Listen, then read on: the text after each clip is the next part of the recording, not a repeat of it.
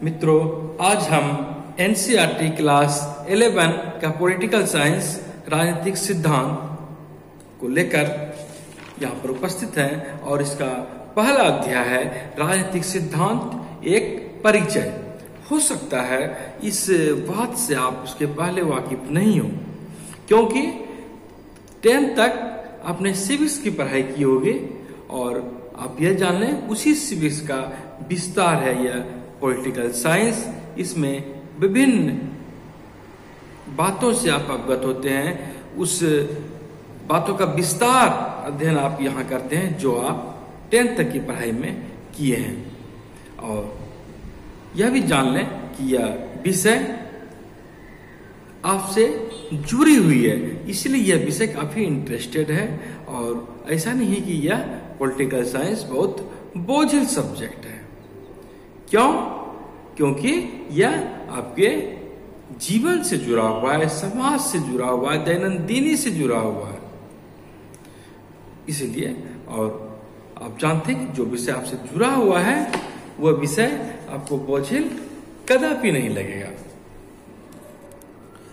मनुष्य संगठन में रहता है, कहीं रहेगा, जहां रहेगा वह समाज में किसी न किसी संगठन में रहेगा, पहली बात। दूसरी बात यह है कि मनुष्य अन्य प्राणियों से इसीलिए अलग है, अन्य प्राणियों में जितने भी जीव जंतु हैं सभी को जीना है, सभी को मरना है, लेकिन मनुष्य अन्य सभी जीव जंतुओं से इस मायने में अलग दिखता है क्योंकि इसके पास विवेक है, बुद्धि है, उसका इस्तेमाल करता है और अपने जीवन में उसका लाभ उठाता है। और अन्य प्राणी के पास ये विवेक नहीं है। यह विवेक मनुष्य को अन्य जीवों से बेहतर बनाता है। और ये विवेक क्या है? तो हमें कब, क्या, कहां, कैसे करना है। यह पशु को पता नहीं है किनके साथ हमें किस तरह का व्यवहार करना है, लेकिन इंसान ने जिस समाज में रहना सीखा उस समाज के संस्कृति के नियम से वो बंध जाता है और वहीं वो सीखता है कि हमें कैसा जीवन जीना है। लेकिन अन्य प्राणी मनुष्य की भांति अपनी बुद्धि का, विवेक का उपयोग नहीं करते हैं। वे विकास के उस स्तर तक नहीं पहुंच पाते हैं जहां तक कि मानव पहुंच गया है। यहां पर हम देखते हैं कि मनुष्य के पास विवेक होता है और उसके पास भाषा है। इस भाषा के माध्यम से अपनी अभिव्यक्ति हम देते हैं और अपना संप्रेषण करते हैं, एक दूसरे के साथ संवाद स्थापित करते हैं। जो हमारी जो इच्छा है इसे व्यक्त करते हैं, सामने वाले की जो इच्छा है उनको हम स्वीकार करते हैं, समझते हैं। और जो विचार एक मनुष्य, दो मनुष्य, पूरे समाज के लोग प्रकट करते हैं उस पर विचार करते हैं, विमर्श करते हैं, चर्चा करते हैं। और यहां पर जैसा कि हम लोग पहला अध्याय पढ़ने जा रहे हैं राजनीतिक सिद्धांत, तो यहां पर हम लोग देखते हैं राजनीतिक सिद्धांत में क्या पढ़ते हैं। तो राजनीतिक सिद्धांत में इन्हीं सब बिंदुओं पर हम लोग ध्यान देते हैं, देखते हैं, जो मानव से जुड़ी हुई है। और यह मानव समाज कैसे संगठित होना चाहिए। जब लोग समाज में रहते हैं तो यह सोचते हैं कि मानव समाज को कैसे संगठित होना चाहिए और हमें सरकार की जरूरत क्यों है, सरकार का सर्वोत्तम रूप क्या है, सरकार क्या है, और क्या सरकार जो कानून बनाती है वह हमारी आजादी को सीमित करती है, हमें आगे बढ़ने से रोकती है, तथा जो सरकार होते हैं, जो सत्ताधारी होते हैं, उसका नागरिकों के प्रति क्या कर्तव्य है। और एक नागरिक के रूप में हम दूसरे नागरिक के प्रति हमारी क्या भूमिका होनी चाहिए, इन सब बातों का जिक्र हम राजनीतिक सिद्धांत में पढ़ते हैं और ये सारी बातें इंसान के जीवन से जुड़ी हुई है। सारे प्रश्नों का समाधान बर्ताव राजनीतिक सिद्धांत में किया जाता है और हम यह भी देखते हैं कि स्वतंत्रता की बात हो, समानता की बात हो, न्याय की बात हो, समाज के लिए ये मूल्य कैसे काम करते हैं, कैसे ही समाज में क्रियान्वित होते हैं और इनके साथ साथ अन्य कई एक अवधारणा का प्रयोग हम लोग कैसे करते हैं। और आप यही समझ लें कि राजनीतिक चिंतक जो होते हैं, जो विचारक होते हैं, वे इन्हीं सब बातों को देखकर, तत्कालीन परिस्थिति को देखकर अवधारणा को स्पष्ट करने का प्रयास करते हैं। आप स्वतंत्रता समानता की बात करते हैं, यह आपके जीवन से जुड़ा हुआ है और यह राजनीतिक सिद्धांत हम लोग अध्ययन करते हैं और यह आपके जीवन से इस प्रकार जुड़ा हुआ है। आप विद्यालय जाए, दुकान जाए, बस पर चढ़े, ट्रेन पर चढ़े, सरकारी कार्यालय जाए, कहीं जाए, तो आपको यह बात का एहसास होगा कि हम कितने स्वतंत्र हैं और मेरे साथ क्या समानता का बर्ताव किया जा रहा है। और अगर किसी के साथ भेदभाव होता है, वो एहसास होता है कि मेरे साथ असमान व्यवहार किया जा रहा है। इस तरह की बातें होती है। वहीं सरकार के विभिन्न संस्थाएं जो समाज में जो क्रियाकलाप होते हैं, जो नियम कानून होते हैं, उसको चलाने के लिए, उसको क्रियान्वित करने के लिए वे स्थापित किए जाते हैं। आप नौकरशाही की बात देखते होंगे। नौकरशाही ब्यूरोक्रेसी, जो अधिकारी होते हैं, कर्मचारी होते हैं, जिनके आदेश का पालन होता है, जो पब्लिक की सेवा में होते हैं, नौकरशाही, तो वे कैसे नीति का अनुपालन करते हैं और व्यक्ति अपने प्रतिनिधि का चयन करते हैं। लोकतांत्रिक देश होने के नाते वो किस प्रकार कानून का निर्वाह करते हैं, कानून का निर्माण करते हैं और फिर कैसे लागू किया जाता है, तो इसी नौकरशाही के माध्यम से लागू किया जाता है। तो आप कैसे ये नौकरशाह लोकतंत्र का परिमार्जन करते हैं, इसको भी हम लोग अध्ययन करते हैं। आप वैसे भी समझ सकते हैं, सरकार की कोई भी नीति है वह नौकरशाही जो अस्थायी कार्यपालिका होती है उसी के माध्यम से क्रियान्वित की जाती है और यदि वह सही तरीके से काम नहीं करती है तो फिर सरकार की छवि पर असर पड़ता है। लोग सरकार को कोसते हैं और नौकरशाही की भूमिका लोकतंत्र में महत्वपूर्ण हो जाती है। राजनीतिक सिद्धांत में नागरिक क्यों राजनीतिक प्रश्न उठाते हैं, यह भी हम लोग देखते हैं और किस प्रकार राजनीतिक घटना का प्रेक्षण आम व्यक्ति करते हैं, इसको भी हम लोग देखते हैं। और राजनीति और राजनीतिक सिद्धांत में क्या अंतर है, क्या है, इसको हम लोग आगे देखते हैं। 1.1 राजनीति क्या है। तो राजनीति के संदर्भ में अलग अलग विद्वान अलग अलग राय रखते हैं। वहीं आम लोग फिर राजनीति के संदर्भ में अलग अलग सोच रखते हैं। इसका कारण है कि राजनीति का क्षेत्र काफी व्यापक है और यह विभिन्न आयाम से व्यक्ति से जुड़े हुए हैं। अब कोई राजनेता होते हैं तो सबसे पहले आपके मन में उनके बारे में छवि आती होगी कि ये राजनीति करते हैं, और जो उससे जुड़े हुए लोग होते हैं, जो राजनीतिक पदाधिकारी होते हैं, किसी पद पर होते हैं, तो आप समझते हैं कि वे राजनीति करते हैं। वहीं जो राजनीति करते हैं, चुनाव में भाग लेते हैं, पराजित होते हैं अथवा जीतते हैं, उन्हें लगता है कि यह तो सेवा का भाव है, हम तो सेवा कर रहे हैं, सर्विस दोनों में अलग लग रहा है। वहीं कुछ लोग आप देखते होंगे, कहीं चाय की दुकान पे चले जाइए तो वहां पर राजनीति के संदर्भ में तरह तरह की बातें होती है, या कोई समाज में कोई उटपटांग लोग हैं, कोई इधर का बात उधर का बात उधर करता है, तो आप कहते हैं कि वो अधिक राजनीति करता है।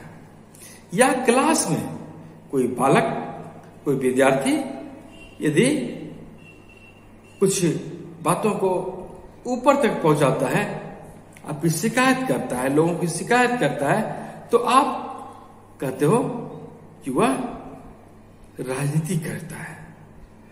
और यहां पर कुछ लोग राजनीति को दांवपेच के रूप में देखते हैं कि राजनीति एक दांवपेच करने वाली बात है, और यह एक कुचक्र रचा जाता है राजनीति में। इसलिए भी कुछ लोग राजनीति को गंदा समझते हैं, डर्टी पॉलिटिक्स, ये गंदा चीज है। इससे हे दृष्टि से देखते हैं, इससे भागते हैं। और कभी कभी जब आप देखते हैं कि नेतागण चुनाव में तरह तरह के वादे करके चले जाते हैं और वे पूरे नहीं होते हैं, उनके जीतने के बाद भी, उनके कार्यकाल में आने के बाद भी, तो आप समझते हैं कि राजनीति तो झूठे वायदे करने का नाम है, बढ़ा चढ़ाकर दावे करने का नाम है, होना जाना कुछ नहीं। और वहीं यह अपने स्वार्थों की पूर्ति का एक साधन है, किसी तरह तोड़ फोड़ कर सिर्फ अपना काम बनवा लेना ही राजनीति है, अपना स्वार्थ की पूर्ति ही राजनीति है, घृणित रूप में हिंसा करना ही राजनीति है।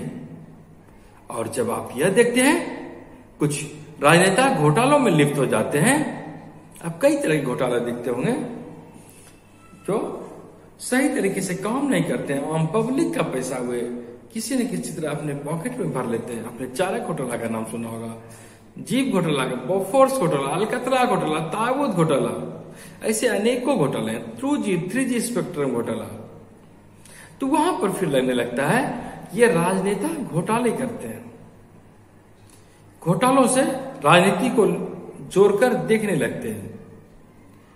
और कई तरह की बातें राजनीति में होते हैं। कोई क्रिकेटर है, कोई गायक है, वह राजनीति की बुराई करता है, और फिर आप देखते हैं कि अगर वह अपने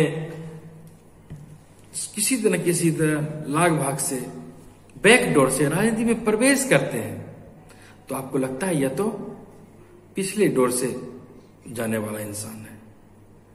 और कुछ लोग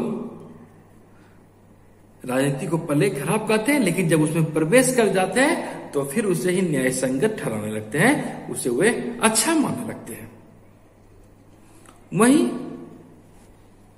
साधारण लोग राजनीति से कभी कभी इतना निराश हो जाते हैं कि वे सोचते हैं कि हम वोट देने भी नहीं जाएंगे, वोट देके क्या होगा, मेरे से कुछ नहीं हो सकता। ऐसे भी लोग हैं।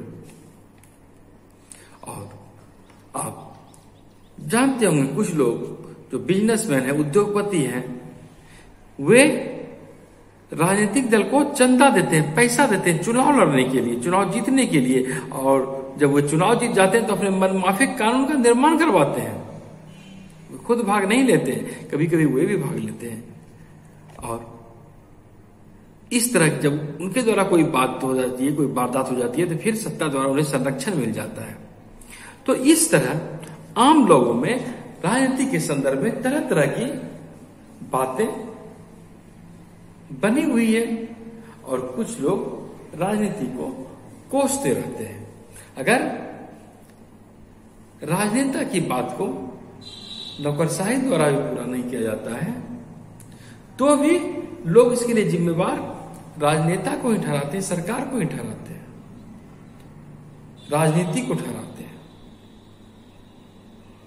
सिनेमा में कई बार आप देखे होंगे कि राजनीति की बुराई कई की जाती है, लेकिन जब वे खुद उसका पाठ हो जाते हैं, राजनीति में चले जाते हैं, तो फिर स्वयं भी ढल जाते हैं। ये है राजनीति। और हम कह सकते हैं कि राजनीति के संदर्भ में कई प्रकार की परस्पर विरोधी छवियां आम जनमानस के पास होती है। और कई बार की लोगों को लगता है कि राजनीति अवांछित गतिविधियों से जुड़ी हुई है और हमें उसमें नहीं पड़ना चाहिए। लेकिन यह इतनी भी अवांछित गतिविधि नहीं है, यह आम लोगों से जुड़ी हुई है, यह आम लोगों के लिए उपयोगी गतिविधि है। आप चाहकर भी इससे नहीं भाग सकते हैं और बेहतर दुनिया बनाने के लिए राजनीति में प्रवेश करना आवश्यक है। और यह अलग बात है कि राजनीति का संबंध किसी न किसी तरीके से निजी स्वार्थ साधने में लगा हुआ रहता है और लोग उसी संदर्भ में से देखते हैं। लेकिन हमें यह भी समझने की जरूरत है कि राजनीति हर एक समाज में होगी। जहां समाज होगी, जीने का तरीका होगा, संगठन होगा, रहन सहन होगा, सहयोग हो या विरोध हो, नियम हो, कानून हो, वहां राजनीति रहेगा ही रहेगा। राजनीति की उपस्थिति रहेगी, आप इससे भाग नहीं सकते हैं। और यही कारण रहा, इसी बात को ध्यान में रखते हुए भारत के राष्ट्रपिता महात्मा गांधी ने कहा था कि राजनीति ने हमें सांप की कुंडली की तरह जकड़ रखा है। सांप चंदन की लकड़ी में जब लपेट लेता है और उससे आप सिर्फ जूझ सकते हैं, संघर्ष कर सकते हैं और भाग नहीं सकते आप। राजनीति, संगठन और सामूहिक निर्णय जब लिए जाते हैं तो ये समाज लेता है और समाज के लिए समाज के लिए लिया जाता है और उसी पर समाज जिंदा रहता है, अपना अस्तित्व बरकरार रखता है, अपनी परिपाटी का निर्वाह करता है और उसके लिए अपने जो सदस्य होते हैं उसकी जरूरतें पूरी की जाती है, उसके हितों का ख्याल रखा जाता है। परिवार हो या जनजाति हो या आर्थिक संस्था हो या सामाजिक संस्था हो या लोगों की कुछ भी इच्छा आकांक्षा हो, सब कुछ पनपती है तो इसकी पूर्ति राजनीति द्वारा ही होती है। और वहां पर राजनीति से आप भाग नहीं सकते हैं। राजनीतिक संस्थाएं आपको हर जगह मिलती है, ये आपको उपाय बताती है कि आप एक दूसरे के प्रति कैसे कर्तव्य का निर्वाह करेंगे और इन कर्तव्यों में सरकार की क्या भूमिका होगी। जब समाज होगा तो सरकार होगा और सरकार कैसे बनती है, ये कैसे कार्य करती है, यह भी आप समझते हैं। आप कोई अखबार लें और उसके प्रमुख शीर्षकों को देखें और उसमें आप देखें कि कौन कौन से मुद्दे हैं और ये मुद्दे क्या महत्वपूर्ण है, आप यह काम कर सकते हैं।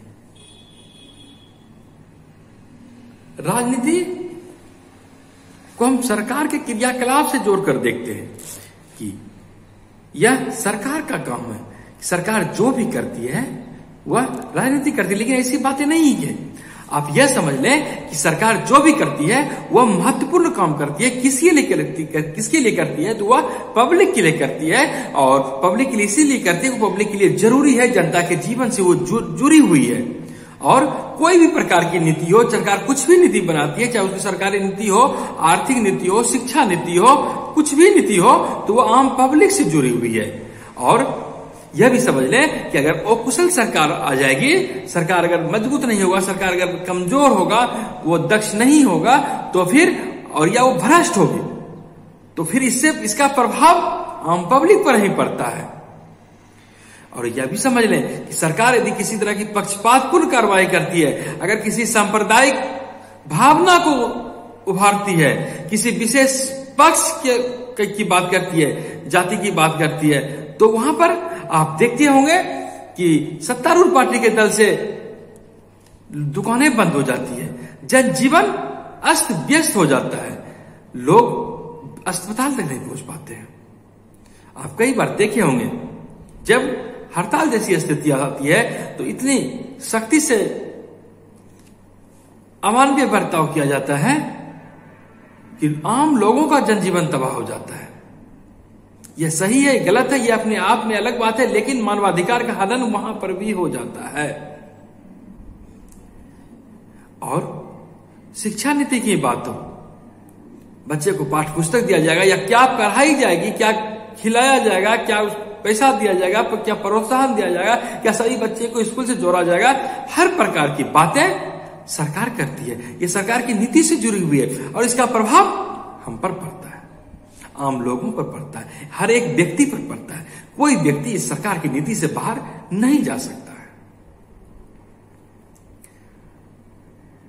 सरकार स्कूल में टीचर बहाली करेगी, नहीं करेगी, स्कूल खोलेगी, नहीं खोलेगी, कितना फीस रखेगी, नहीं रखेगी, कैसा स्कूल बनाएगी, हर कुछ सरकार पर निर्भर है।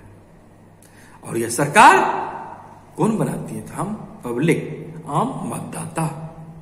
और अगर हम आम मतदाता कहें कि हम सरकार के भागीदारी निर्माण में हम भाग नहीं लेंगे तो यह बेवकूफी है आम पब्लिक की। सरकार की हर एक कार्रवाइयों का लोगों पर गहरा असर पड़ता है। सरकार क्या करती है? आप देखते हैं कि लोग दिलचस्पी से सुनते हैं, जानने की कोशिश करते हैं, और कभी कभी जब सरकार के क्रियाकलाप आम जनता को पसंद नहीं आते हैं तो लोग उस विरोध भी करते हैं, प्रदर्शन भी करते हैं, अपने मांग को रखते हैं। और जिस प्रकार की हम एक दूसरे से समाज में बात करते हैं, उसी तरह सरकार भी अपने जो उसका मैनिफेस्टो होती है, जिस पार्टी का जो भी उसको नीति होती है, इसको लागू करने के लिए वह प्रयास करती है। और अगर पब्लिक और सहमत होते हैं तो उसका विरोध भी आप देखते हैं, और सहमत होती है तो उसके पक्ष में भी लोग रहते हैं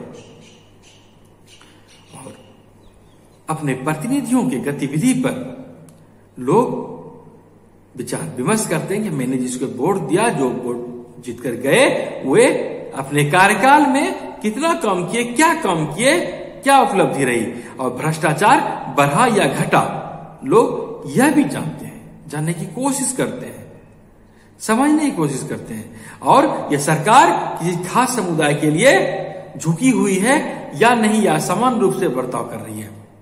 कोई पार्टी किस रूप में चुनाव जीतती है, यह भी महत्वपूर्ण होता है। यहां पर हम यह बात समझ सकते हैं कि समाज के लिए क्या उचित है, क्या अनुचित है, यह आम पब्लिक के लिए अलग अलग हो सकती है, लेकिन सरकार ऐसी नीति बनाती है जिससे सबों की भलाई हो, वह सबों को साथ लेकर चलने की कोशिश करती है, सबों के विकास की बात करती है। और इसके लिए सरकार के विभिन्न एजेंसियां हैं, विभिन्न संस्थाएं हैं जो कि एक रूपता बनाते हुए कार्य करती है। और सरकार का कार्य और जनता का कार्य यहां पर एक दूसरे से आपको जुड़ी हुई दिखती है, और जनता का संघर्ष सरकार के निर्णय को प्रभावित करता है। आपने सरकार के खिलाफ किसी बिल के संदर्भ में देखा होगा कि लोग धरना पर बैठ गए, महीनों तक बैठे रह गए। सरकार को की भी अपनी मजबूरी थी, कैसे उसे वापस लेता, लेकिन अंततः आम लोगों के संघर्ष के सामने उन्हें झुकना पड़ा, अपनी बिल को वापस लेना पड़ा। वो अच्छी थी, बुरी थी बिल, ये एक अलग मैटर है, लेकिन आम पब्लिक के हितों को, आम पब्लिक की मांगों को सरकार सिरे से खारिज भी नहीं कर देती है। और आम पब्लिक अपने प्रतिनिधि को चुनती है, वो किसी खास विचारधारा से प्रेरित होकर। वहां पर फिर वह कोशिश करते हैं कि मेरी विचारधारा लागू हो।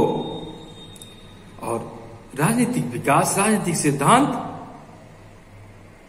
सामाजिक विकास को बढ़ावा देने में मदद करती है, जनसमान की समस्याओं का समाधान करती है, और हम कहते हैं कि इसमें जनता की भी सहभागिता रही और जनता भी राजनीति में संलग्न रही। अगर जनता नहीं होती तो फिर सरकार तो फिर एक तरफा फैसला करती है, लेकिन सरकार फैसला करती है आम लोगों से जुड़ी हुई। और यहां पर हम यह भी कह सकते हैं कि आम लोगों की भावनाओं का जब हम सम्मान करते हैं, कदर करते हैं, तो हम फिर यहां पर लोकतांत्रिक चरित्र का निर्वाह करते हैं, सबों को साथ लेकर चलने की कोशिश करते हैं। राजनीति कई प्रकार के व्यापक अर्थ में आम लोगों से जुड़ी हुई है। यह सिर्फ सरकार तक ही सीमित नहीं है, आम पब्लिक से जुड़ी हुई है, और सरकार के क्रियाकलाप, सरकार के कार्य आम लोगों को प्रभावित करते हैं।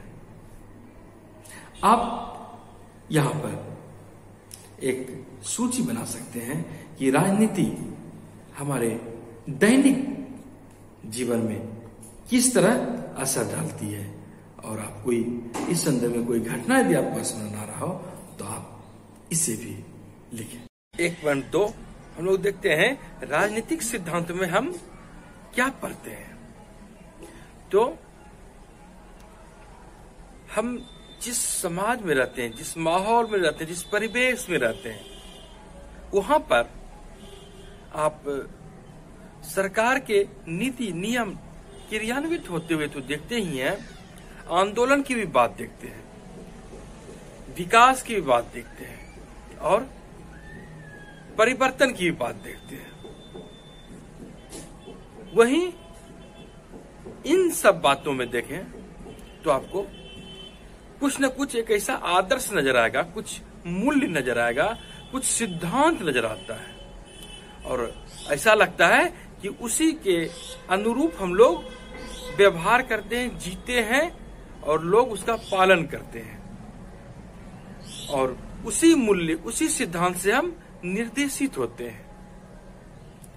तो कौन सी ऐसी मुख्य बातें आपको दिखती है? तो आपको यहां पर लोकतंत्र दिखता है, स्वतंत्रता दिखता है, समानता दिखता है। ये सब एक आदर्श के रूप में है। लोकतंत्र है, हम आंदोलन करेंगे, हम अपनी अभिव्यक्ति की आजादी प्रकट करेंगे, हमें बोलने की आजादी है। हाँ, मेरा कोई शोषण करेगा तो हम इसके खिलाफ करेंगे, क्योंकि यह मेरा मूल अधिकार है। और सरकार है, जनता के लिए बनी है, जनता द्वारा निर्वाचित होती है, वो जनता के लिए काम करेंगे, नहीं करेंगे तो फिर हम आंदोलन करेंगे। स्वतंत्रता मेरा मौलिक अधिकार है, इसे लेंगे। समानता संविधान में दी गई है, हर एक व्यक्ति समान है, यहां पर कोई छेड़छाड़ नहीं हो सकता, कोई विरोध नहीं हो सकता। यदि हमारी समानता का उल्लंघन होता है तो हम उसका विरोध करेंगे। समानता होनी चाहिए, हर एक के साथ समानता होनी चाहिए। तो इस तरह की बातें आपको देखने को मिलता है। वहीं इन सारे मूल्यों को, ये मूल्य बन गई, ये आदर्श है, और यह अपने संविधान में कही गई है, संविधान में प्रतिष्ठापित है, तभी हम उस पर गर्व करते हैं और कहते हैं कि नहीं, ये लागू होना चाहिए, और यह हमारा यह अधिकार संरक्षित हो, यह संविधान में है।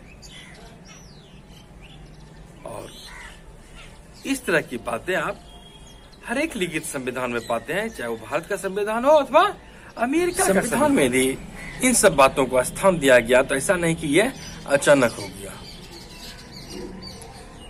ये मूल्य, ये नीति, ये आदर्श, यह एक दिन की बात नहीं होती है, यह वर्षों की बात होती है।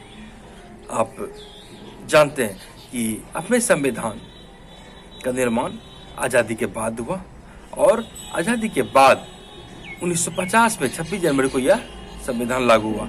लेकिन इसके पूर्व जब भारत गुलाम था, तो उस समय जो आजादी की लड़ाई लड़ी जा रही थी, यहाँ के नेताओं ने, लोगों ने उसी समय सोचा कि हमारा देश होगा तो स्वतंत्र होगा, एक ऐसा स्वतंत्रता जिसमें कि देश स्वतंत्रता, हर एक लोग स्वतंत्र होंगे। सामाजिक स्थिति जो थी वहां पर भेदभाव थी, तो इस बात को स्थापित करने की उसी समय कोशिश की गई जब हमारा देश आजाद हो, एक ऐसा समाज हो जहाँ समतामूलक समाज हो, किसी तरह का भेदभाव नहीं हो, सरकार की नीति सबों के लिए हो, शोषणकारी प्रवृत्ति नहीं हो, लोकतांत्रिक व्यवस्था हो, हर एक लोगों की सम्मान मिले, प्रतिष्ठा मिले, गर्व के साथ जीने की आजादी हो। तो इन सब बातों को वर्षों से लोग इंतजार कर रहे थे, लड़ाई लड़ रहे थे, और जब देश आजाद हुआ तो संविधान निर्माताओं ने सम्मान से अपने संविधान में स्थान दिया। और आप यह भी समझ सकते हैं कि कोई विचार, कोई सिद्धांत पहले एक विचार के रूप में रहता है, और यह एक दिन में नहीं बनता, यह सिद्धांत वर्षों की देन होती है। और राजनीतिक सिद्धांत की बात अगर हम करें तो राजनीति शास्त्र के जनक कहलाते हैं अरस्तु को देखें, या आपने कौटिल्य का नाम सुना होगा, वे भी राजनीतिक कहलाते हैं। Rousseau, Karl Marx, Mahatma Gandhi, doctor Bhimrao Ambedkar, इन सारे लोगों के समय से विचार सिद्धांत के संदर्भ में वाद विवाद होते रहा है। और उसके भी पहले अगर हम देखें 5वीं शताब्दी पूर्व, ईसा पूर्व 5वीं शताब्दी में देखें, प्लेटो की बात करें तो उस समय भी अरस्तु और प्लेटो का बात करें तो वहां पर इस संदर्भ में विचार विमर्श की बात होती है कि आखिर हमारा शासन कैसा हो, लोकतंत्र अच्छा है या राजतंत्र अच्छा है। लोकतंत्र जहाँ जनता का शासन होता है, राजतंत्र जिसके प्रधान राजा होते हैं, आखिर अच्छा क्या है। तो इस तरह की बातें होती रही है, सब दिन होती रही है, और मानव को स्वतंत्रता मिलनी चाहिए, यह बात रूसो ने कही। आपने रूसो की यह उक्ति भी सुनी होगी कि प्रत्येक मनुष्य स्वतंत्र जन्म लिया है, स्वतंत्र पैदा हुआ है, लेकिन वह सर्वत्र बंधनों में जकड़ा हुआ है। तो इस तरह की बातें होती है। कार्ल मार्क्स की बात करें तो उन्होंने समानता की बात कही है कि जो विपन्न है, जो गरीब है, जो मजदूर है, उनका शोषण होता है, उनके साथ शोषण नहीं हो, समानता का बर्ताव हो। और गांधी जी की बात करें तो हिंद स्वराज उन्होंने पुस्तक लिखी है, और स्वराज के अर्थ में स्वराज का उन्होंने विवेचना किया है, एक ऐसा राज्य जहां अपना शासन होगा, पराये का नहीं, दूसरे देशों का नहीं। और अंबेडकर की बात करें तो उन्होंने भी दलित तबके, अनुसूचित जाति के लोगों के लिए विशेष तौर पर व्यवस्था बनाए रखने की मांग की, और उस समय की जो वर्तमान परिस्थिति थी, छुआछूत वाली व्यवस्था थी, और अंबेडकर ने इनका जमकर विरोध किया। उन्होंने मांग किया कि यह छुआछूत हर एक दृष्टि से निषेध किया जाए, और अंबेडकर ने तो अनुसूचित जाति को अल्पसंख्यक के रूप में स्थापित करने की मांग की, अल्पसंख्यक का दर्जा दिया जाए, और अल्पसंख्यक का दर्जा देकर उनकी बातों को, उनकी मांगों को पूरा किया जाए, उनके लिए विशेष नियम बनाया जाए ताकि उनका भी उत्थान हो, समाज के अन्य लोगों की तरह वे भी मुख्य धारा में स्थापित हों। गांधी जी की बात करें तो गांधी जी की बातों को संविधान में स्थान दिया गया, नीति निर्देशक तत्व में स्थान दिया गया, और इनकी आदर्श बातों को सरकार पर छोड़ दिया गया कि जब सरकार की स्थिति अच्छी हो जाएगी तो फिर इसे संविधान में स्थान दिया जाएगा। राजनीतिक सिद्धांत में क्या होता है? तो में कुछ विचार होता है, कुछ मूल्य होता है, आपने देखा, और यह व्यवस्थित रूप में हमें दिखता है, उसमें प्रतिबिंबित होता है। जैसे कि जो हमारे सामाजिक जीवन में दिखता है, और जिस बात को लेकर सरकार अपने नियम बनाती है, और उस सिद्धांत को संविधान निर्माताओं ने संविधान में स्थान दिया है। और जैसे यहाँ पर हम स्वतंत्रता को देखते हैं, समानता को देखते हैं, न्याय को देखते हैं, लोकतंत्र को देखते हैं, धर्मनिरपेक्षता को देखते हैं, या कानून का शासन को देखते हैं, अधिकारों का बंटवारा किस तरह हुआ, इन सब बातों को हम देखते हैं। तो ये सारे सिद्धांत हैं और इन विचारकों का बात लंबे समय तक संविधान पर, देश पर पढ़ रहा है, पीढ़ी दर पीढ़ी पढ़ रहा है। कार्ल मार्क्स आज नहीं है, लेकिन उनकी बातों को आज भी महत्व दिया जा रहा है। दुनिया की बहुत बड़ी विशाल आबादी आज भी कार्ल मार्क्स की बातों को मानते हैं। उसी तरह गांधी जी की बातों को देखें तो गांधी जी राजनेता नहीं बन पाए, वो कोई मंत्री नहीं थे, लेकिन उनकी बातों को, उनकी विचारों को आज भी सम्मान दिया जाता है। और ऐसा नहीं कि सिर्फ देश में ही, बहुत जगह विदेशों में भी उनकी बातों को सम्मान के साथ देखा जाता है। और हम यदि हम कहें कि हमारे लिए क्या महत्वपूर्ण है, तो क्या सभी सिद्धांत व्यक्ति को लाभ देते हैं?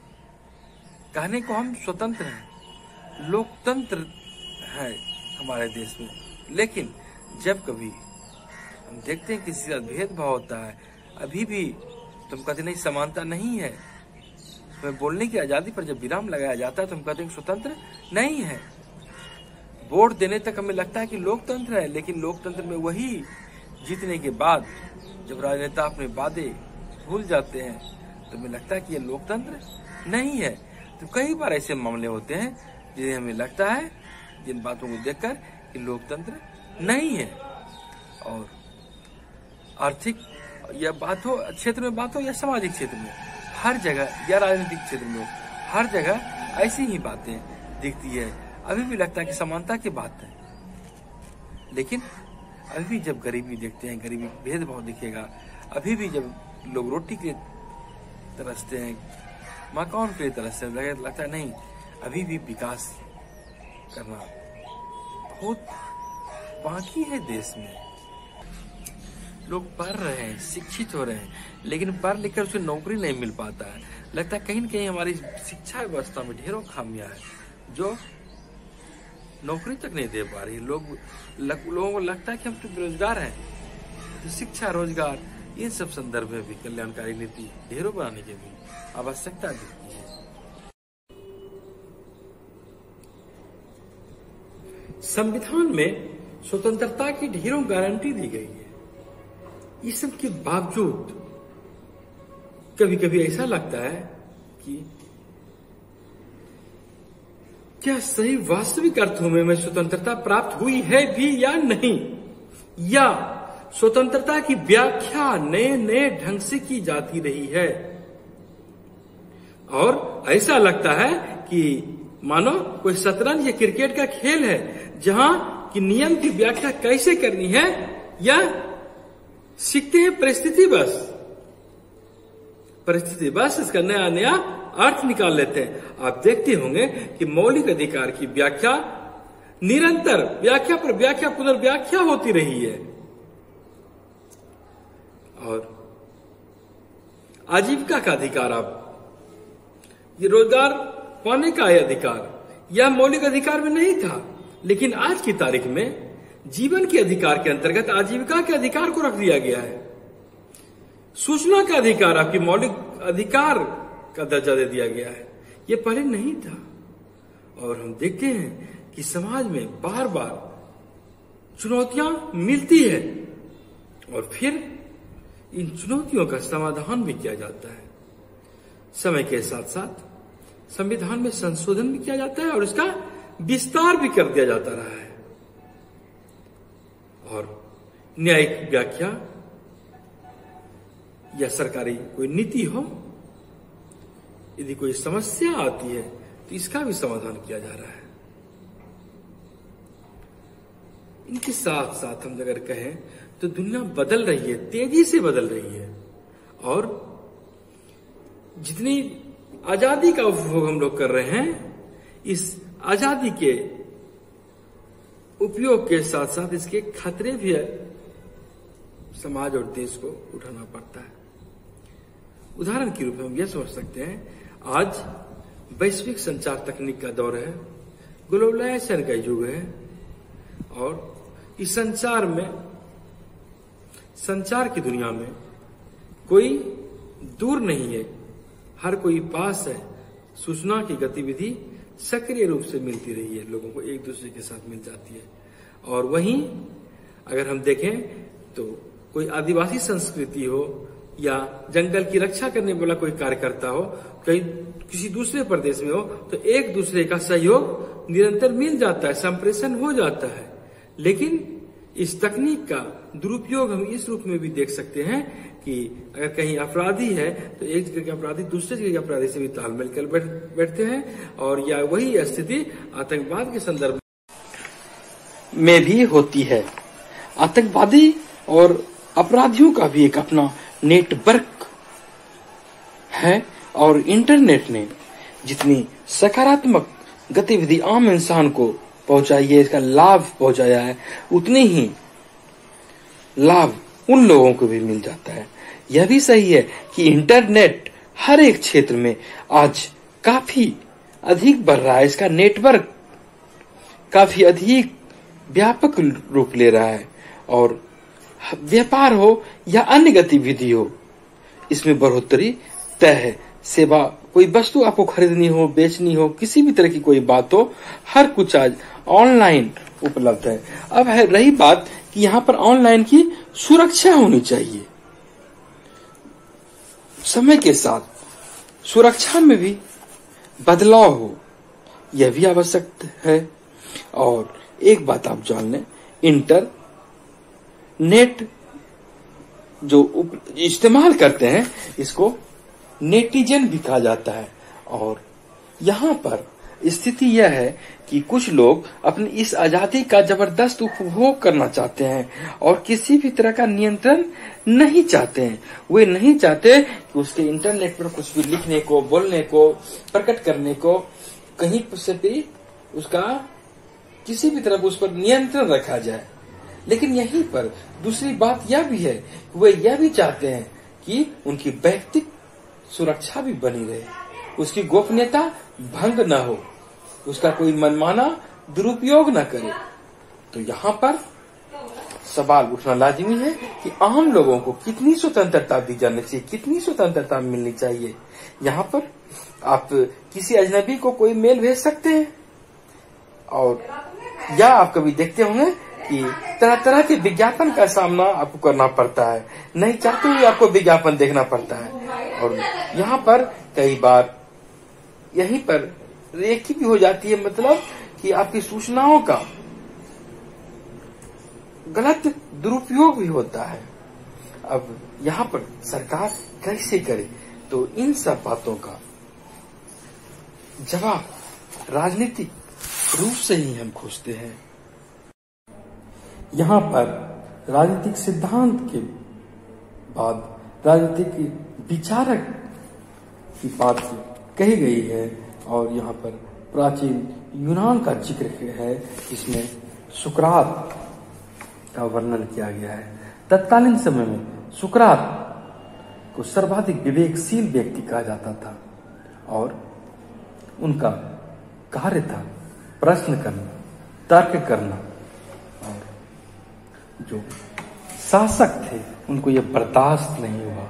और आप यह जान लें कि लोकतांत्रिक परिवेश था, 281 लोग उनके पक्ष में, 220 लोग उनके विपक्ष में, और शासक के पक्ष में रहने के कारण उन्हें मृत्यु दंड दे दिया गया। सुकरात का शिष्य था प्लेटो, प्लेटो का शिष्य हुआ अरस्तु, और आप यह जान लें कि राजनीति शास्त्र के जनक कहलाते हैं अरस्तु। यहाँ पर सुकरात का हम जिक्र कर रहे हैं। प्लेटो ने एक पुस्तक लिखी रिपब्लिक, उसमें सुकरात के नाम से एक चरित्र गढ़ा कि यह सुकरात है, और उसी के माध्यम से सवाल जवाब किया है। और इसमें कहते हैं प्लेटो न्याय क्या है। तो यह पुस्तक जो है सुकरात और सेफलस के बीच संवाद होती है, बातचीत होती है, और इस संवाद के दौरान सेफलस उसके और मित्र समझने लगते हैं कि न्याय की उनकी दृष्टि वो पर्याप्त है और इसे स्वीकार नहीं किया जा सकता है। वहीं सुकरात ने अपने दृष्टिकोण में सीमाओं को असंगतिबद्ध उजागर करता था। वह यह कारण था कि वह तर्क बुद्धि का इस्तेमाल करता था और उसके विपक्षी उसे स्वीकारते हैं कि वे विचार थे, वे लोग वैसे विचारक की श्रेणी में थे जिनमें वे जीते थे, चलने वाले नहीं थे। वहां पर अगर हम विस्तृत रूप से देखते हैं तो सुकरात ने कैसे तत्कालीन समय में प्रसिद्धि पाई, उनकी विवेक की बात की चर्चा आज भी होती है। सुकरात ने अपने विचार को बचाने के लिए, अपनी आत्मा को बचाने के लिए अपने शरीर की बलिदानी दे दी।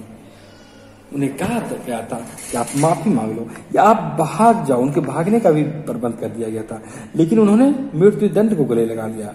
उन्होंने कहा कि मेरे भाग जाने से क्या होगा, मेरी आत्मा।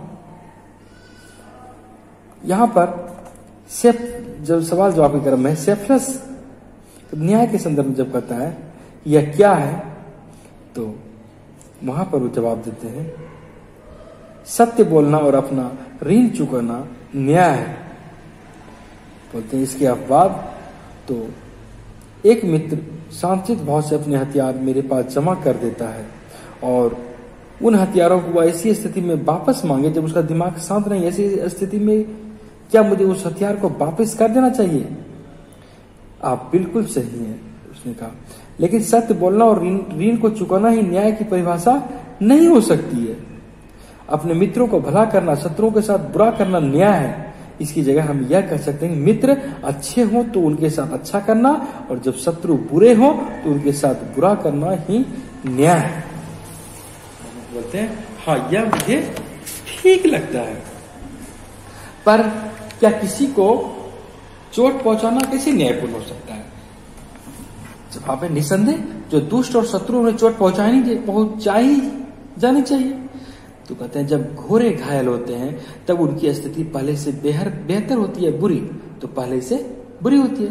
कहने का मतलब जब उनकी स्थिति बुरी होती है तो उनमें घोड़े के गुण कम होते जाते हैं, कुत्ते के गुण नहीं। हाँ, जो गुण हैं घोड़े वाले वो कम हो जाएंगे। और जब कुत्तों की स्थिति बुरी होती है तो उनका स्वानत्व कम होगा। बोला हाँ, यह भी बिल्कुल सही है। और जब कोई मनुष्य घायल होगा तब उसमें मनुष्यत्व कम होगा, निसंदेह यह भी सही होगा। और वह मनुष्यत्व न्याय है। तो बोलता है हाँ, तब जो मनुष्य घायल हो जाता है वह निश्चित रूप से न्यायपूर्ण बन जाता है। हाँ, परिणाम तो यही है। तो कहते हैं लेकिन क्या संगीतकार अपनी कला से मनुष्य को संगीत से दूर कर सकता है? बिल्कुल नहीं कर सकता है। क्या घुड़सवार अपनी कला से उसे एक बुरा घुड़सवार बनाता है? कदापि संभव नहीं है। और क्या न्यायपूर्ण व्यक्ति न्याय के द्वारा लोगों को न्यायपूर्ण बना सकता है? या समान शब्दों में कहें तो सद्गुण संपन्न व्यक्ति किसी को बुरा कभी बना सकता है क्या? तो इसका जवाब है नहीं। और न ही अच्छा व्यक्ति किसी को नुकसान पहुंचा सकता है। हाँ, यह तो वो संभव है। और न्यायपूर्ण व्यक्ति अच्छा व्यक्ति होता है, निश्चित रूप से ऐसा होता है। तब मित्र या किसी अन्य व्यक्ति को नुकसान पहुंचाना एक न्यायपूर्ण व्यक्ति का नहीं वरन उसे ठीक उलट एक न्यायपूर्ण व्यक्ति का ही काम होता है। और यहाँ पर फिर बोलते हैं मेरा सोचना है कि सुकरात तुम जो कह रहे हो वह काफी सत्य है। और जो किसी रोग से बचाव या रोकथाम में सर्वाधिक कुशल होता है वही उसे पैदा करने में भी सर्वाधिक सक्षम होता है। सच बोलते, सच बात है। और जो शत्रु से जीत सकता है वही किले का सबसे अच्छा रक्षक है, निश्चित है ऐसा है। तब तो जो किसी चीज का अच्छा रखवाला होता है वही अच्छा चोर भी होता है। हाँ, इससे यही निष्कर्ष निकलता है। तब अगर न्यायपूर्ण व्यक्ति धन की रक्षा करने में अच्छा होता है तो गबन करने में भी अच्छा होता होगा। हाँ, इस तर्क में भी तो यही बात होती है। तब सभी न्यायपूर्ण व्यक्तियों के चोर बन जाने के बाद तुम यह तर्क दो जो अच्छे हैं वे हमारे मित्र हैं, जो बुरे हैं वे हमारे शत्रु। बोलते हैं हाँ, उन्होंने कहा था पहले हमने सीधी कहा था कि अपने मित्र के साथ भला करना, अपने शत्रुओं के साथ बुरा करना न्याय है। इसकी जगह हम यह भी कह सकते हैं कि मित्र अच्छे हो तो उनके साथ अच्छा करना और जब शत्रु बुरे हो तो उनके साथ बुरा करना। हाँ, यह ठीक है। लेकिन क्या किसी को चोट पहुंचाना न्यायपूर्ण हो सकता है? निस्संदेह हो सकता है। जो दुष्ट है, शत्रु है, उन्हें चोट पहुंचानी ही चाहिए। क्या सद्गुण संपन्न व्यक्ति किसी को बुरा बना सकता है? तो कहते नहीं। और ना ही अच्छा व्यक्ति किसी को नुकसान पहुंचा सकता है? हाँ, यह तो हो ही नहीं सकता है। और न्यायपूर्ण व्यक्ति ही अच्छा व्यक्ति होता है? निश्चित रूप से ऐसा होता है। तब मित्र या किसी भी अन्य व्यक्ति को नुकसान पहुंचाना एक न्यायपूर्ण व्यक्ति का नहीं, वरन उससे ठीक उलट एक न्यायपूर्ण व्यक्ति का काम होता है। यहाँ पर कहते हैं, मेरा सोचना है कि सुकरात तुम जो कर रहे हो वो काफी सत्य है। तब अगर कोई आदमी कहता है कि न्याय ऋण चुकाने में है, और अच्छे वे ऋण है जो मित्रों को चुकाने हैं, और बुरे वे जो शत्रुओं को चुकाने में है, यह कहना समझदारी नहीं है कि क्या यह सत्य नहीं है? जैसा कि स्पष्ट रूप से दिखाया जा चुका है, किसी को भी चोट पहुंचाना किसी भी स्थिति में न्यायपूर्ण नहीं हो सकता है। तो फिर पोलीमार्कस कहते हैं, मैं तुमसे सहमत हूं। यहाँ पर पोलीमार्कस और सुकरात के संवाद का वर्णन द्वंद्वात्मक शैली में किया गया है। अब हम देखते हैं 1.3 राजनीतिक सिद्धांतों को व्यवहार में उतारना। तो हम लोगों ने अभी तक राजनीतिक सिद्धांत के एक पक्ष को देखा, सैद्धांतिक पहलू को देखा, विशेषकर स्वतंत्रता, समानता, न्याय, विकास, राष्ट्रवाद, धर्मनिरपेक्षता, ये सब व्यक्ति के जीवन से जुड़े हुए हैं, और इनकी उत्पत्ति, ऐसे विचारों की उत्पत्ति और किस परिप्रेक्ष्य में होती है इनके विचारों की उत्पत्ति, इसको हम लोगों ने देखा, और कैसे इसको राजनीतिक सिद्धांत में जगह दिया जाता है।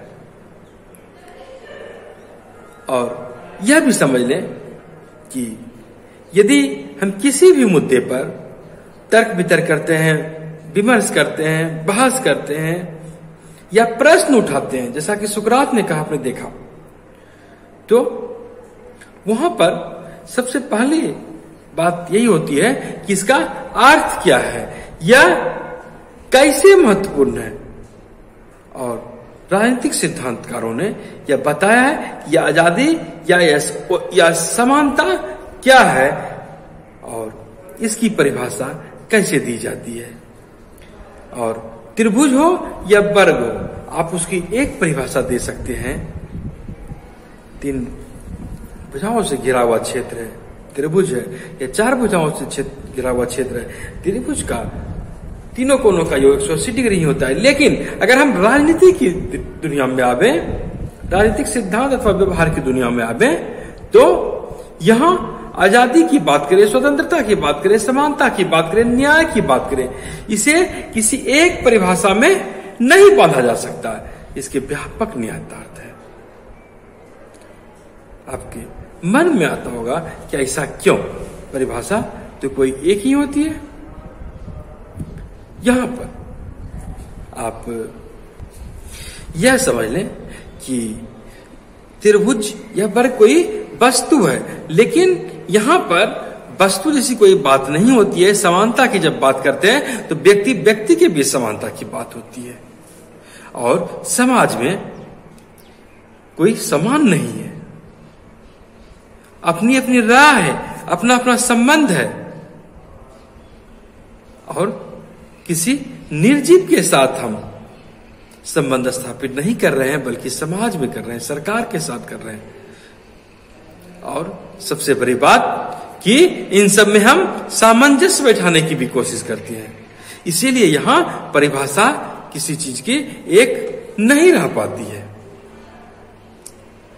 आपने देखा होगा, कोई सरकारी कार्यालय है या कोई डॉक्टर का वेटिंग रूम है, प्रतीक्षालय है, या कहीं भी जब आप ट्रेन का टिकट कटा नहीं जाते हैं तो कतारबद्ध होते हैं, ये लाइन लगाना पड़ता है, नंबर लगाना पड़ता है। वहीं पर यदि आप किसी को देखते हैं कि वो कतार छोड़कर आगे चला गया, कहीं पर भी ये बातें हो सकती है, या आप सिनेमा हॉल में ही सिनेमा हॉल का टिकट खरीद रहे हैं, तो वहां पर भी यदि कोई कतार तोड़कर आगे चला जाता है और अपना काम कर लेता है, तो अब पीछे वाले जो लोग होते हैं उन्हें लगने लगता है कि यह तो गलत हो रहा है, हमें ठगा जा रहा है। लेकिन वहीं जो ऐसा काम करने में सफल हो जाते हैं, उन्हें गौरव की अनुभूति होती है कि मैंने अच्छा काम किया है।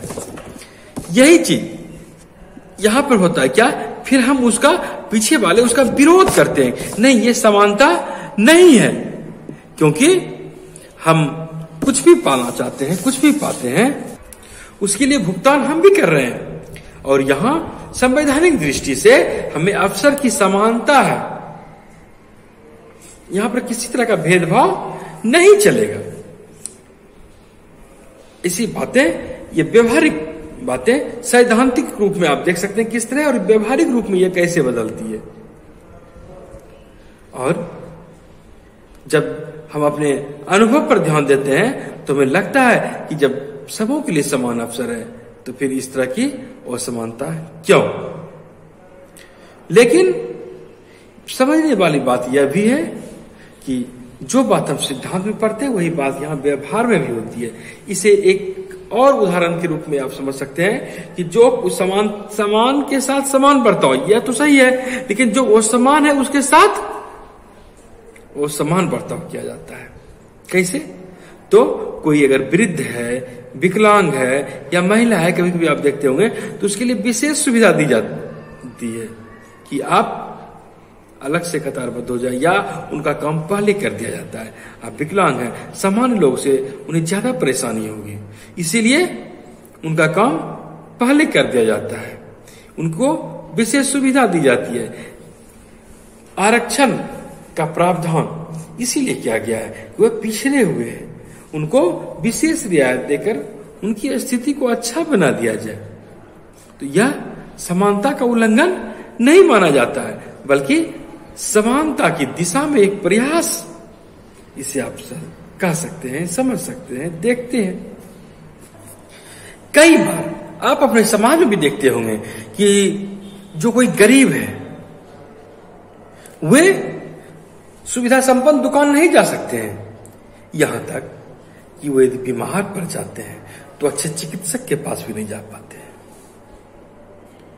और विशेष करके जो मजदूर है, किसान है, छोटे जिनकी आय कम है, जो ईंट भट्टे पर काम करते हैं, मजदूरी करते हैं, तो आप यदि सोचते होंगे, संवेदना आप में होगी, तो आपको जरूर लगता होगा यह तो मानव होने के नाते अनुचित काम है, अनुचित व्यवहार है, उनके साथ अनुचित रवैया अपनाया जा रहा है।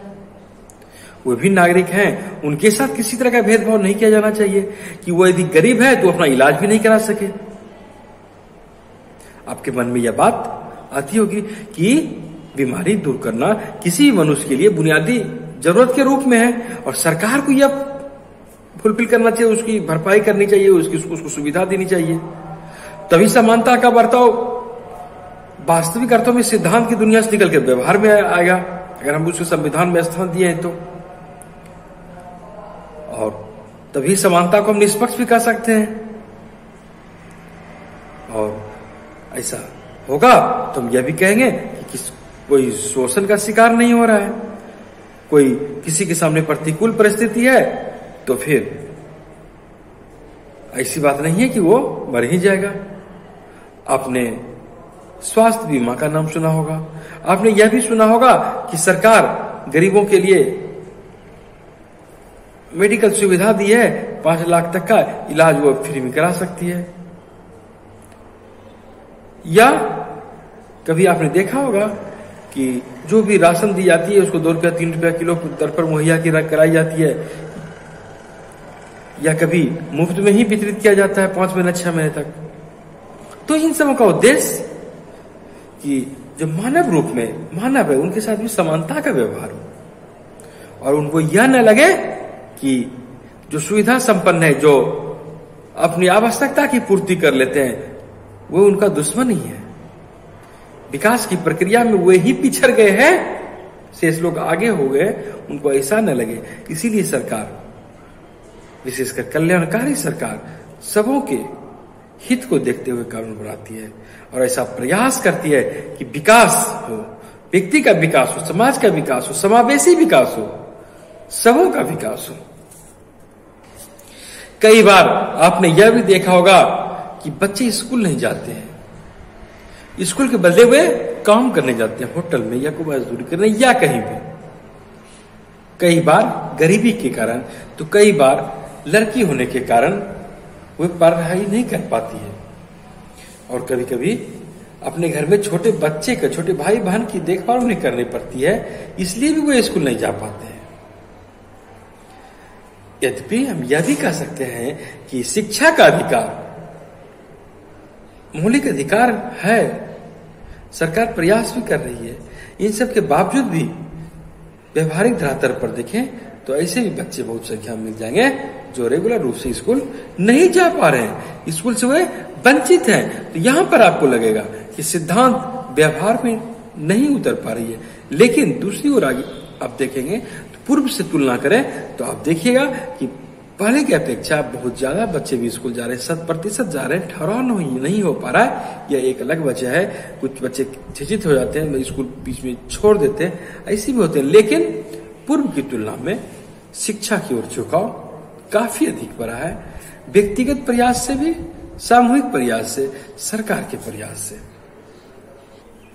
और कभी कभी लगता है कि शिक्षा का अधिकार तो महज औपचारिकता बस रह गया है, लेकिन हम इसे सिर्फ औपचारिकता नहीं कर सकते हैं, यथार्थ पर, धरातल पर प्रयास भी किए जा रहे हैं। कुछ माता पिता भी अपने बच्चे को स्कूल नहीं भेजते हैं, तो प्रयास हर एंगल से होना चाहिए, हर दृष्टि से होने की जरूरत है। राजनीतिक सिद्धांत को व्यवहार में उतरने की बात देखते हैं तो यह भी देखते हैं कि समानता के विचार को यदि हम लें तो यह काफी जटिल रूप में दिखती है। आप कहीं भी पंक्तिबद्ध होते हैं, चाहे वह खेल का ही मैदान क्यों न हो, तो आपको लगता है कि सबों को समान अवसर मिलना चाहिए, मुझे भी मिलना चाहिए। और यदि हम किसी अक्षमता के शिकार हैं तो हमें कुछ विशेषाधिकार मिलने चाहिए ताकि हम अपनी बुनियादी जरूरत को पूरा कर सकें, ऐसा न लगे कि हम अक्षम हैं। यही चीज स्कूल जाने या रोजगार पाने के संबंध में भी होता है। हर कोई चाहता है कि हमें अच्छा रोजगार मिले, अच्छी शिक्षा मिले, अच्छा वेतन मिले, अच्छा जीवन यापन हम भी जी सके, ऐसा चाहता है। और कोई भी चीज का संसाधन है तो उसका समुचित रूप से बंटवारा हो, ऐसा न लगे कि किसी के साथ विशेष पक्षपात किया जा रहा है। व्यक्ति विशेष के साथ समानता का बर्ताव तो चाहता ही है, इन सब के साथ साथ जो वंचित हैं, गरीब हैं, वृद्ध हैं, उनके लिए भी समानता का बात होना चाहिए। लोग यह भी चाहते हैं, तभी समानता भी अपने रूप में सैद्धांतिक रूप से व्यवहारिक धरातल पर उतरती आपको दिखती है। और आप समझ सकते हैं कि इसकी पड़ताल कैसे, जांच पड़ताल कैसे किसी भी सिद्धांत की भिन्न भिन्न परिप्रेक्ष्य में की जाती है। अवसर की समानता कब पर्याप्त है, कब लोगों को विशेष बर्ताव की जरूरत है, विशेषाधिकार की कब जरूरत है। और आप देखते हैं कि किस तरह विशेष नामांकन अभियान चलता है, गरीब बच्चों का नामांकन हो या बच्चे को मध्याह्न भोजन मिले ताकि वो बच्चे का ठहराव हो, या यदि निजी विद्यालय ही है तो गरीब बच्चों का भी नामांकन वहां मुफ्त हो, सरकार उसके लिए व्यवस्था करेगी। कुछ ऐसे भी प्रश्न आपको दिखते हैं। और यही चीज रोजगार के संदर्भ में भी होती है। आप देखते हैं होंगे कि जो अकुशल मजदूर हैं, जो किसी दक्षता को प्राप्त नहीं है, कम से कम जो मजदूरी कर सकते हैं, आप सरकार ने उन्हें भी 100 दिन की मजदूरी देती है ताकि उनका भी भरण पोषण हो। आप समझ सकते हैं कि ऐसी समानता की बातें सिद्धांत में तो है ही, पढ़ते ही हैं, और संविधान निर्माताओं ने संविधान में दिया स्थान दिया तो उसे सरकार सार्वजनिक नीति बनाकर सबों के लिए लागू भी करती है। और इसी तरह की, जैसे कि समानता की अवधारणा को यदि हम बात करें तो समानता के साथ स्वतंत्रता हो या नागरिकता हो या अधिकार हो, विकास हो, न्याय हो, राष्ट्रवाद हो, धर्मनिरपेक्षता हो, कई ऐसे टॉपिक, कई ऐसे बिंदु हमें मिलते हैं, जिस पर कि राजनीतिक सिद्धांतकारों को सूत्रबद्ध करना पड़ता है और उसके संदर्भ में अवधारणा प्रस्तुत करनी होती है। अब हम लोग देखते हैं 1.4, हमें राजनीतिक सिद्धांत क्यों पढ़ना चाहिए। यह बहुत ही व्यवहारिक सवाल है, व्यवहारिक प्रश्न है। आपके मन में यह बातें उठती होगी कि आखिर हम राजनीतिक सिद्धांत क्यों पढ़ें। तो सबों के अपने अपने राजनीतिक आदर्श हो सकते हैं, होते हैं, आपके भी होंगे।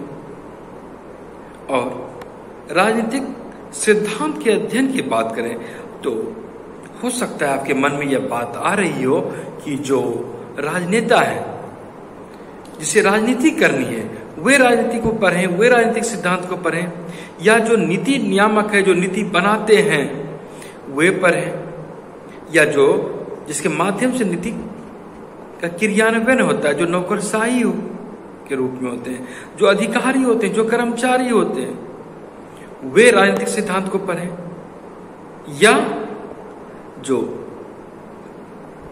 राजनीति शास्त्र पढ़ाते हैं वे उनका अध्ययन करें। ऐसी बातें हो सकता है कि मन में आ रही हो। राजनीतिक सिद्धांत आपने देखा कि इसमें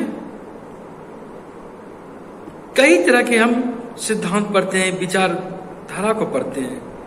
आपके मन में हो सकता है यह भी बातें आ रही हो कि कोर्ट कचहरी या वकील, जज, वे लोग कानून की व्याख्या करते हैं, कानून का पालन करवाते हैं, कानून की बात बोलते हैं, उनको पढ़ना चाहिए, या पत्रकार को पढ़ना चाहिए, क्योंकि उन्हें यह जानना जरूरी है कि क्या लोगों के हित में, क्या लोगों के हित में नहीं है, कहां पर शोषण हो रहा है, क्यों शोषण हो रहा है, नहीं होना चाहिए। या जो अधिकारों की मांग करते हैं कि हमें आजादी चाहिए, हमें समानता चाहिए, उनको ये चीज देखनी चाहिए। तो इन सारे सवाल का जवाब यदि हम दें तो हम क्या कह सकते हैं कि राजनीतिक सिद्धांत इतने व्यापक रूप में है कि यह मानव समाज के लिए, मानव समूह के लिए यह अति आवश्यक है। मानव है तो समाज बनेगा, समाज बनेगा तो राजनीति होगी, समूह होगा, सहयोग होगा, नीति बनेगी, नियम फॉलो होगा, राजनीति होगी, और आप इससे भाग नहीं सकते हैं।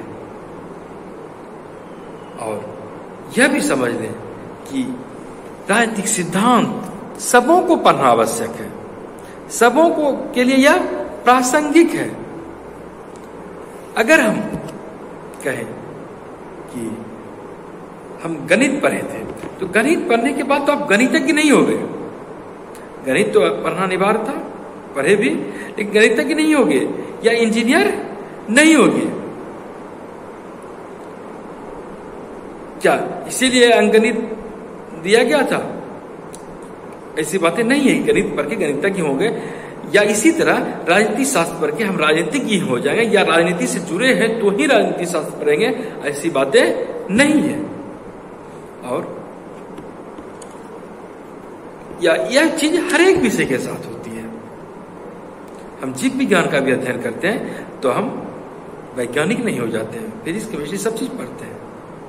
और इन सबों के साथ साथ अगर देखें तो व्यक्ति को सबसे बड़ा अधिकार है मत देने का अधिकार। यह हर देशों में लोगों को प्राप्त नहीं है, और हम मत देकर अपने प्रतिनिधि चुनकर उनसे नियम बनवाते हैं, अपने ऊपर लागू करवाते हैं, अपना अधिकार उन्हें देते हैं, उनसे फिर अपना अधिकार मांगते हैं। इतना बड़ा महत्वपूर्ण पावर है पब्लिक के पास, आप नागरिक के रूप में आपके पास है। तो आप भी कुछ दायित्व का निर्वहन करते हैं अपने प्रति, अपने परिवार के प्रति, समाज के प्रति, देश के प्रति।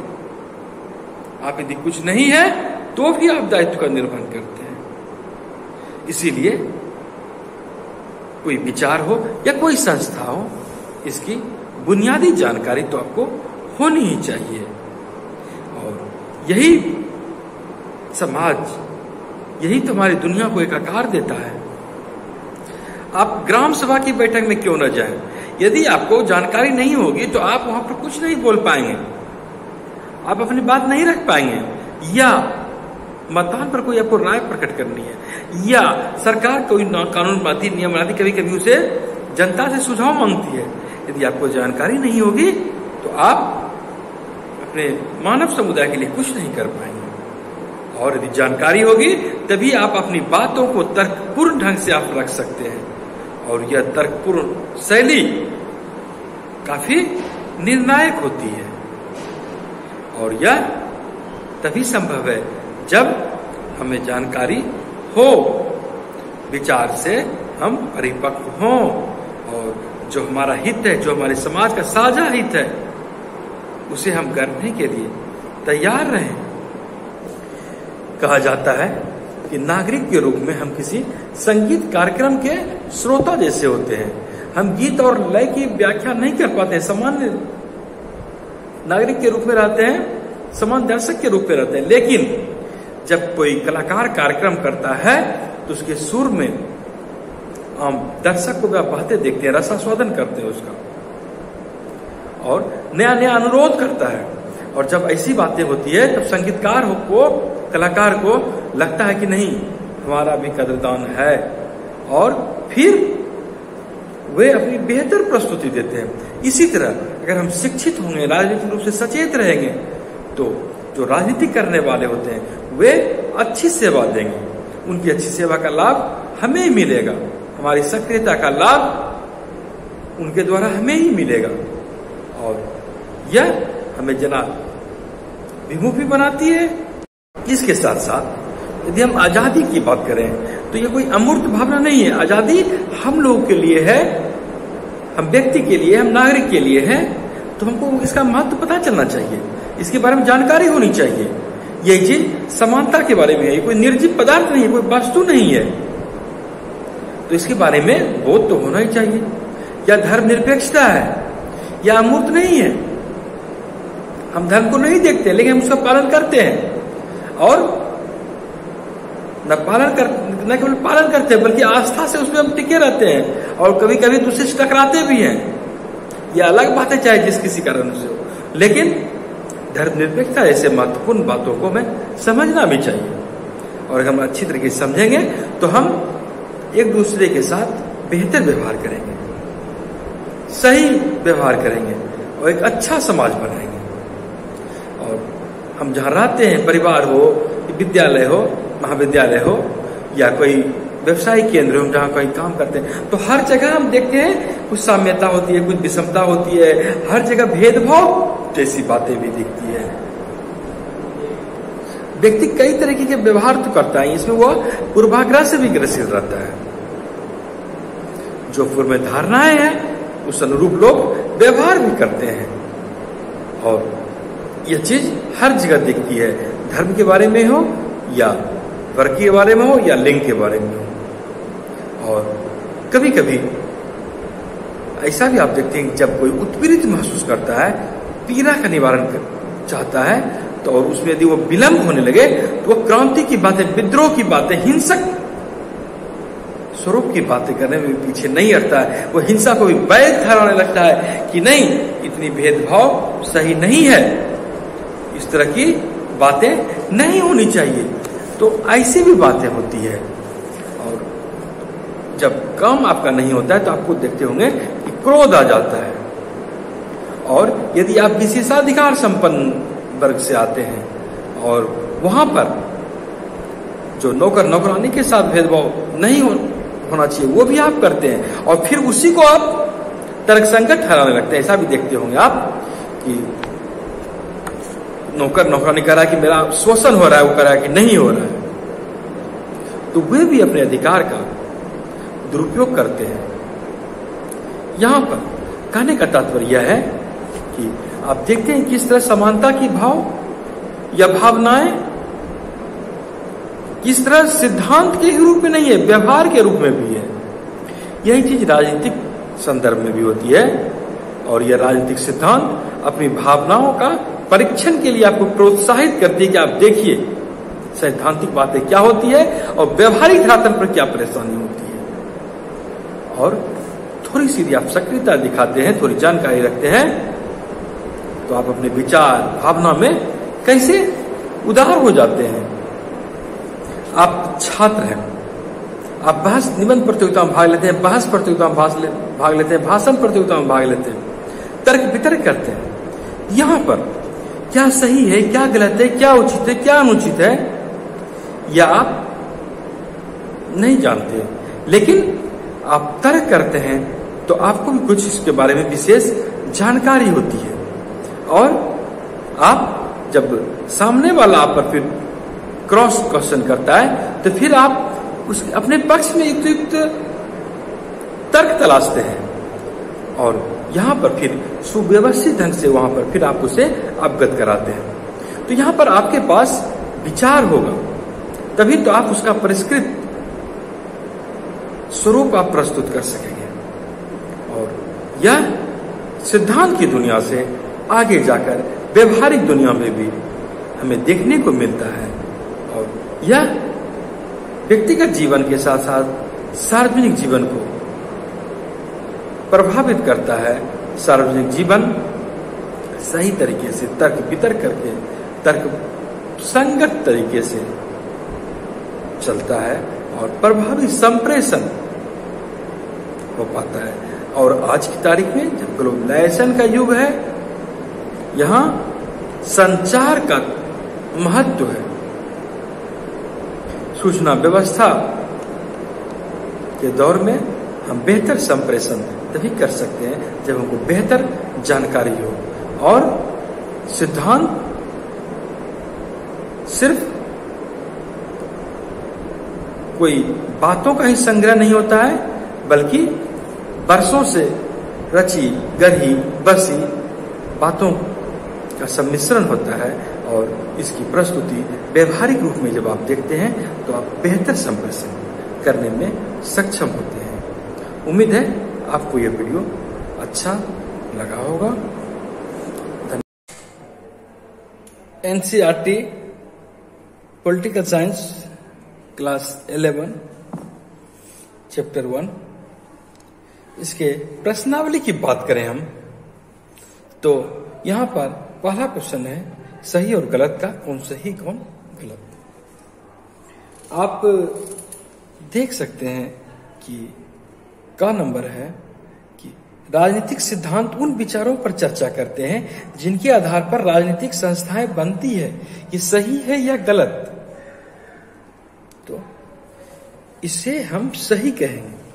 आपने देखा इसके पूर्व कि राजनीतिक सिद्धांत जो होते हैं वो पहले वर्षों गढ़े जाते हैं, एक मान्यता होती है, एक विचार होती है,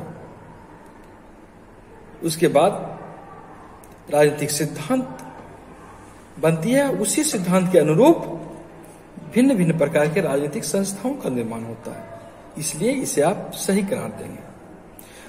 ख नंबर है राजनीतिक सिद्धांत विभिन्न धर्मों के अंतर संबंधों की व्याख्या करते हैं। तो हमने धर्मनिरपेक्षता के बारे में पढ़ा, लेकिन विभिन्न धर्म में क्या संबंध है, इससे राजनीतिक सिद्धांत को मतलब नहीं है, यह गलत है। ग नंबर है यह समानता और स्वतंत्रता जैसी अवधारणाओं के अर्थ की व्याख्या करते हैं। तो राजनीतिक सिद्धांत में हम लोगों ने देखा कि किस प्रकार स्वतंत्रता और समानता हैं, लोगों को मिले हैं और संविधान में भी मिले हैं, और आम लोग भी इसकी अपेक्षा करते हैं। समानता का बर्ताव नहीं होने पर उनमें चीड़ भी आती है, क्रोध भी आता है। तो यह सही है। और घ नंबर देखें तो ये राजनीतिक दल के प्रदर्शन की भविष्यवाणी करते हैं। तो राजनीतिक सिद्धांत राजनीतिक दल की भविष्यवाणी नहीं करते हैं, कौन जीतेंगे कौन हारेंगे, यह राजनीतिक सिद्धांत में नहीं होता है, यह गलत है। क्वेश्चन नंबर 2 देखें तो राजनीति उस सबसे बढ़कर है जो राजनेता करते हैं। आप इस कथन से सहमत हैं? उदाहरण भी दीजिए। सहमत है तो ठीक है, नहीं है तो भी ठीक है। तो राजनीति कहता है कि उनसे बढ़कर जो राजनेता करते हैं, तो यह सही है। राजनीति का क्षेत्र काफी व्यापक है, राजनेता का क्षेत्र सीमित है। राजनेता चुनाव में जीतने के लिए खड़े होते हैं या चुनाव में पराजित हो जाते हैं। चुनाव में जीतकर वे मंत्री बनते हैं या विधायक बनते हैं। सरकार में रहते हैं या सरकार बनाने के लिए वो प्रयासरत रहते हैं, संघर्षरत रहते हैं। लेकिन यदि हम राजनीति की बात करें तो यह सिर्फ सरकार बनाने तक की सही सीमित नहीं है, इसका दायरा काफी व्यापक है। समाज के हर रीति रिवाज, नियम, कानून इसके अनुरूप होते हैं, इससे संचालित होते हैं, इससे प्रभावित होते हैं, ये आधार का निर्माण करते हैं। तो राजनीति किसी भी समाज का अनिवार्य घटक के रूप में होती है और राजनीति के बिना मनुष्य का अस्तित्व संभव नहीं है।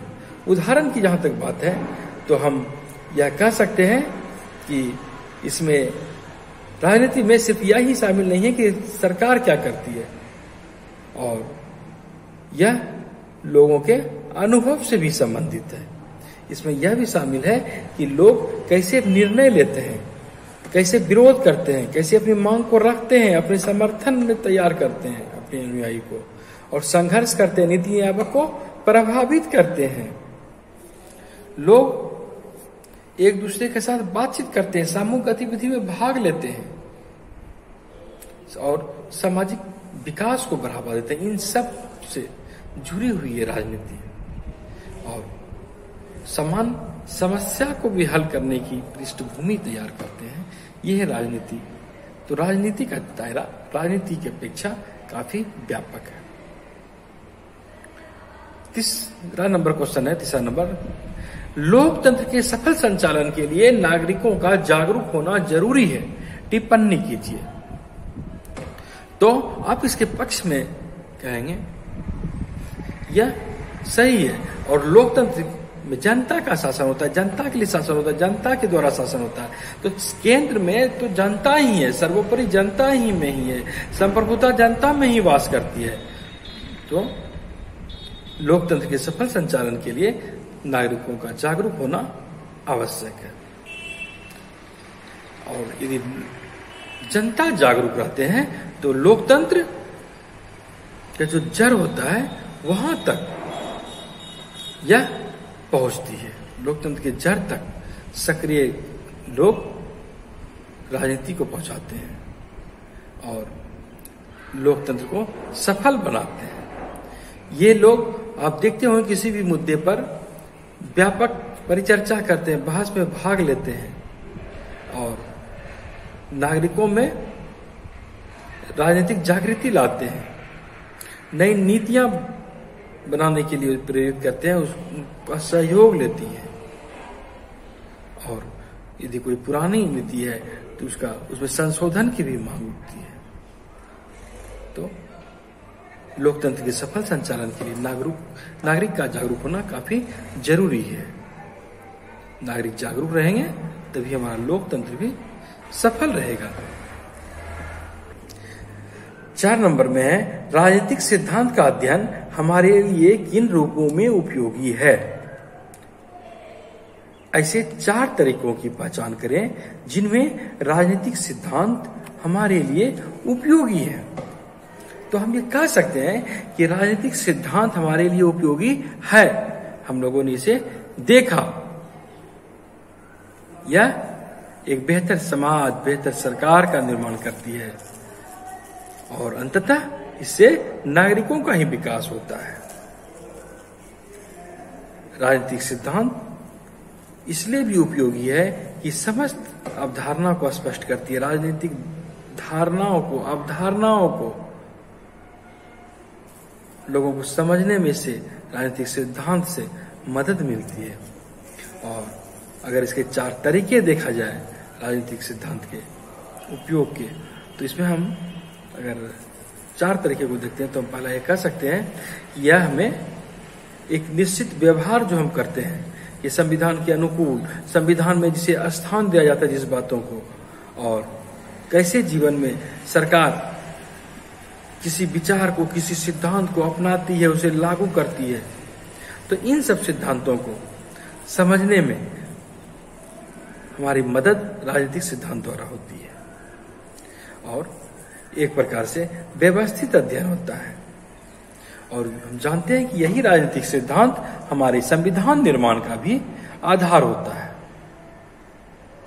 दूसरा नंबर अगर कहें तो यह कई एक सिद्धांत हैं, जैसे कानून का शासन है, सेपरेशन ऑफ पावर है, सत्ता का पृथक्करण, या न्यायिक पुनर्विलोकन है। कोई कानून यदि सरकार बनाती है संविधान सम्मत नहीं है तो फिर उसे भंग करने का भी अधिकार संवैधानिक अनुकूल नहीं है तो यह न्यायालय को है। तो इस तरह का महत्व भी हमें इससे पता चलता है राजनीतिक सिद्धांत से। तीसरा नंबर तक कह सकते हैं हम कि यह राजनीतिक सिद्धांत में जो है जितने भी संस्थाएं हैं, नौकरशाही काम करती हैं,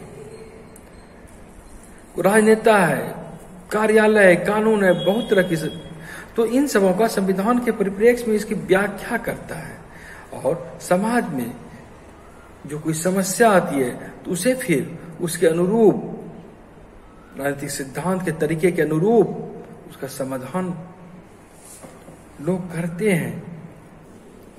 राजनीतिक सिद्धांत राजनीतिक चीजों के बारे में कई प्रकार की भावनाओं को जांच करने के लिए प्रोत्साहित करता है और स्वयं भी उस अनुरूप बने, यह भी देखा जाता है।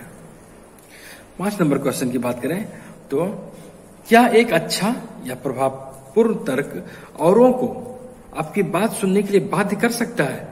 तो यह आपको भी लगता होगा कि यदि आप कहीं बात करते हैं, विचार करते हैं, विमर्श करते हैं, अपनी बात रखते हैं, तर्कसंगत ढंग से यदि आप अपनी बात रखते हैं तो वह आपको सुनने के लिए बाध्य हो जाता है।